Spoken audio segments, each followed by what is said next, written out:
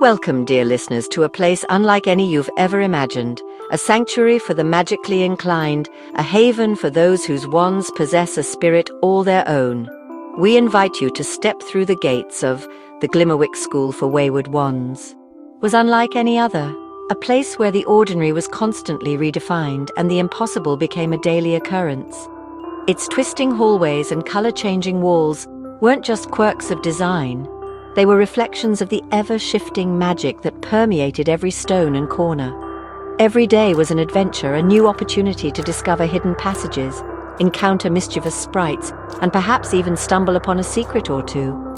The crooked towers leaned together, whispering secrets to the wind, and windows of spun moonlight filled classrooms with a dreamy glow, creating an atmosphere where imagination could take flight and spells could be woven with ease. Magic fizzed in the air, a tangible energy that tingled on the skin and sparked in the eyes. And even the dust motes were leftover sparks from yesterday's lessons, tiny reminders of the spells cast and the magic learned. Each sparkle held a memory, a whisper of potential waiting to be unlocked. Students slid down enchanted banisters, their laughter echoing through the halls, while portraits offered unhelpful advice, often contradicting each other and adding to the general air of delightful chaos. Our story begins in Professor Petunia Pringle's classroom, a haven of warmth and wonder, where first years, bright-eyed and eager, gathered for their very first lesson in wandwork. The room was a swirl of starry skies, a miniature cosmos contained within four walls, overflowing bookshelves filled with ancient tomes and forgotten spells, and mismatched armchairs, each with its own unique story to tell. Professor Pringle, wrapped in a shawl of dancing teapots, greeted them with a warm smile, her eyes twinkling with anticipation. "Welcome, my little sparks. Welcome to Glimmerwick." Today, we begin our journey into the wonderful world of wands, a journey filled with wonder, excitement, and perhaps a few unexpected explosions. Remember, your wand is your friend, your partner in magic, a very silly, unpredictable friend.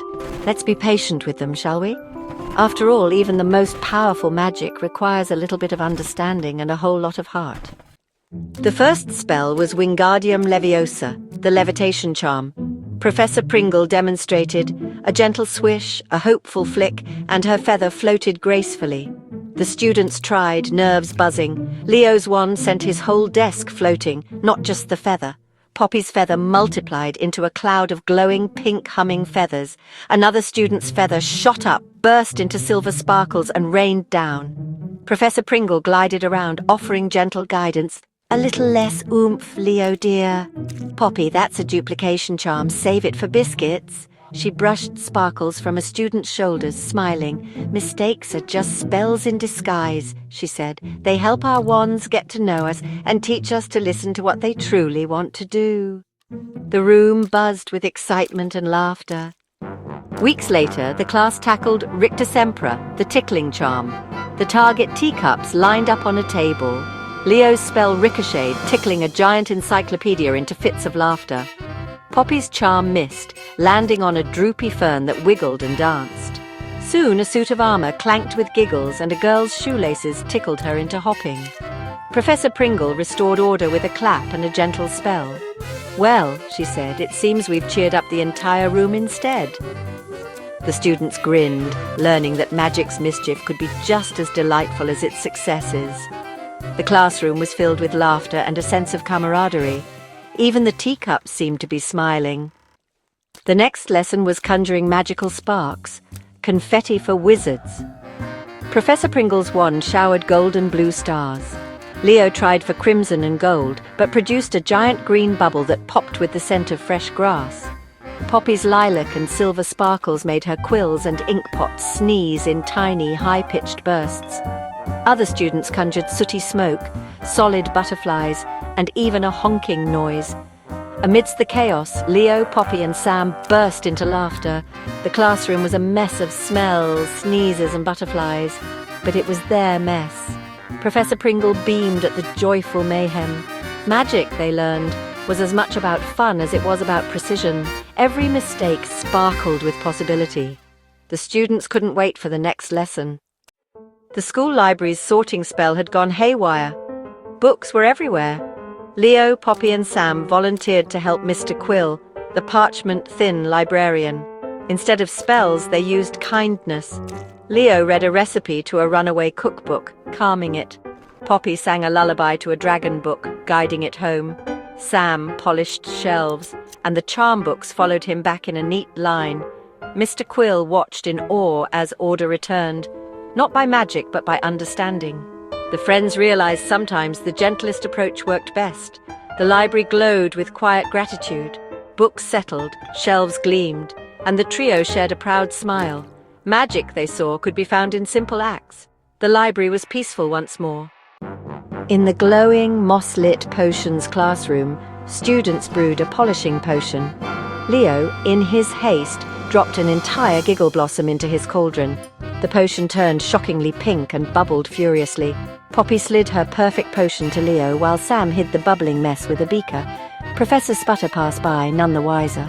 Once safe, Poppy suggested testing the pink potion on an old broomstick.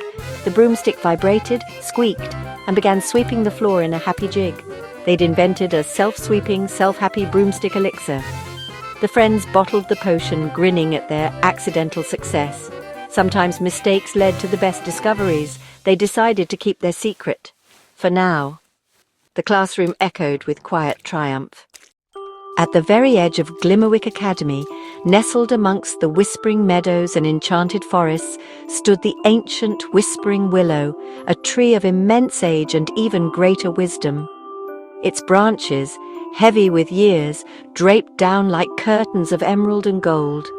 It was the keeper of riddles, secrets, and a potent, benevolent magic that permeated the very air around it. The willow was more than just a tree. It was a living library of arcane knowledge. Each year, the Whispering Willow presented a new riddle to the students of Glimmerwick. This year's riddle was particularly perplexing. I have no voice, but I can tell you stories, weaving tales of adventure and wonder. I have no legs, no means of physical travel, but I journey to distant lands, exploring realms beyond imagination. What am I? The students pondered, their brows furrowed in concentration. Students guessed wildly, some outlandish, some almost plausible. Ghosts, whispering secrets in the dead of night, dreams, fleeting visions of what could be, the wind, carrying whispers across the land. But the true answer eluded them, dancing just out of reach.